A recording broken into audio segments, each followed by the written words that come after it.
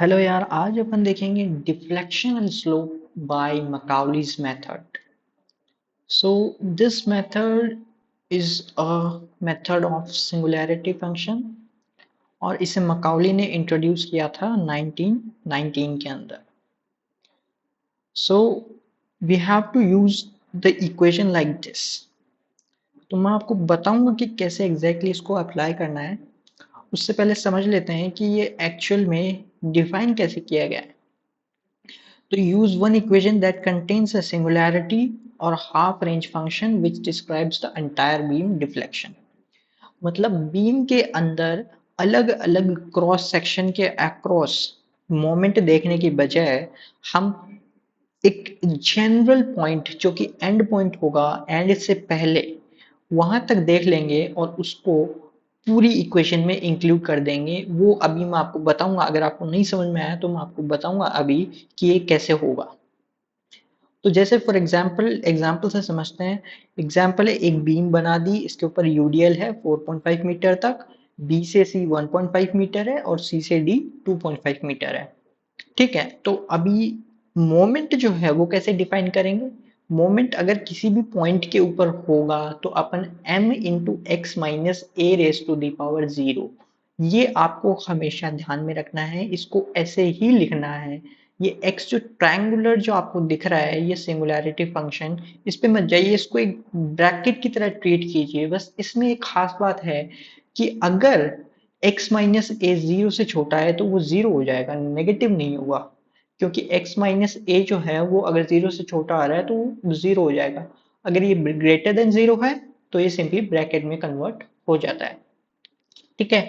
तो उसी प्रकार से पॉइंट लोड होगा तो P into x minus a. ठीक है. कोई जैसे अगर मान लो पॉइंट लोड यहाँ पे एक्ट कर रहा है तो अभी यहाँ पर क्या इसका जनरल यहाँ पे होगा. ठीक है. तो कैसे अपन लिखेंगे. तो x डिस्टेंस लेंगे. ठीक है. तो x डिस्टेंस लेंगे तो x में से कितना घटाना है. 4 plus 1 5 plus 1 6. So x minus 6 into this point which is 10. ठीक है. तो ये इस हिसाब से डिफाइन होगा मोमेंट. सो अपन को स्लोप निकालना है और डिफ्लेक्शन निकालना है. कोई एक स्लोप एट ए, जैसे फॉर एग्जांपल ए पे अपन को स्लोप निकालना है. ठीक है. तो जैसे ये मोमेंट का भी मैंने आपको बताया, ये भी आपको समझ में आएगा. अभी मैं आपको एग्जांपल के थ्रू बताता हूँ. तो ये एग्जांपल अपन ने दोबारा नोट डाउन कर लिया. फिर अपन सिंपली पहले तो F Y is equal to 0, Y direction में जो फोर्सेस हैं उनको 0 करो. फिर जो है मोमेंट जो कि शायद डी के अबाउट लिया अपन ने, तो डी के अबाउट मोमेंट 0 कर देंगे और उसकी मदद से अपन को ए वाई मिल जाएगा. ठीक है. तो ए वाई मिल गया तो डी वाई भी अपन को आसानी से मिल जाएगा. तो अब अपन मोमेंट की इक्वेशन लिखेंगे. मोमेंट की इक्वेशन होगी इस पॉइंट के ऊपर. ठीक है. तो ए वाई की वैल्यू है 9.5. सो 9.5 इंटू एक्स. ठीक है. और ये जो वैल्यू है यहाँ पर 2 into 4.5 into x minus 4.5 by 2. ठीक है. ये हो जाएगा. और नेक्स्ट क्या होगा. नेक्स्ट होगा 10 into x minus 6. 10 into x minus 6, क्योंकि ये डिस्टेंस जो है वो 6 के इक्विवेलेंट है. तो 10 इंटू एक्स, अगर अपन यहाँ पे क्रॉस सेक्शन लेंगे तो 10 into x minus this quantity, क्योंकि ये लेवर आर्म हो जाएगा यहाँ से यहाँ तक, जो कि x अपन यहाँ पे लेंगे तो वो लेवर आर्म कितना होगा. x minus 6 x minus 6. ठीक है. ठीक है. अब देखिए मकाउली मेथड में एक चीज ध्यान में रखने वाली है कि अपन को ये वाला जो ये जो अपने पास जो लिखा है ना कि भाई मोमेंट को ऐसे ऐसे ही लिखना है, पॉइंट लोड को ऐसे ही लिखना है, यूडीएल है तो उसको ऐसे ही लिखना है. तो ये एक इंपॉर्टेंट चीज हो जाती है जब मकाउली मेथड का अपन यूज करते हैं. ठीक है. ऐसा क्यों है ये आपको समझ में आएगा. जैसे जैसे आप एग्जाम्पल सॉल्व करेंगे तो आपको इसका यूजफुलनेस समझ में आएगी कि अपन ऐसे ही क्यों लेते हैं. ठीक है. तो अगर सपोज अपन को यहाँ पर ये मोमेंट अपन ने निकाला. अभी अगर इसको एक्स एक्सेस, अगर जैसे नॉर्मल अपन अगर सोचते तो अपन ऐसे लिखते हैं m is equal to 9.5 into x minus 2 into 4.5. Into x minus 4.5/2 minus 10 into x minus 6। अगर अपन नॉर्मल सोचते कि भाई हाँ ठीक है, अपन को यहाँ पे मोमेंट निकालना है, ठीक है, एक्स एक्सेस पे, एक्स एक्स डैश पे, ठीक है, ये एक नॉर्मल मेथड हुआ। लेकिन अगर अपन मकाउली मेथड का इस्तेमाल कर रहे हैं ना, तो मकाउली मेथड में एक चीज चेंज हो जाती है कि अपन को ये वाला जो ब्लूप्रिंट है, ये वाला जो फॉर्मूला आप कह सकते हैं, या फिर ये वाली जो टर्मिनोलॉजी अपन कह सकते हैं, इसको ही यूज करना पड़ता है।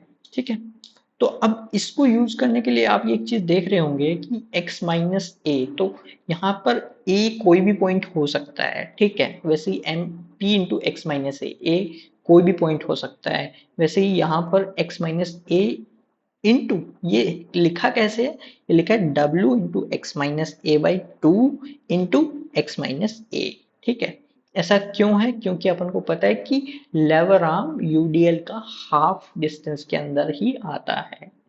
ठीक है, तो नॉर्मल अपने सोचा तो ऐसे लिखा, लेकिन अपन को नॉर्मल नहीं सोचना है, अपन को सोचना है मकाउली मेथड के अकॉर्डिंग, जिसमें मकाउली मेथड क्या बोलता है, 9.5 into x minus A, x minus A is what, A zero. ठीक है, वैसे ही नेक्स्ट 2 इंटू एक्स, ये देखिए पूरा डिस्टेंस देखिए ध्यान ध्यान से, अगर अपन x डिस्टेंस पे लेके जा रहे हैं तो अपन क्लियरली देख सकते हैं कि यहाँ पे हो जाएगा 2 into x, 2 into x by 2।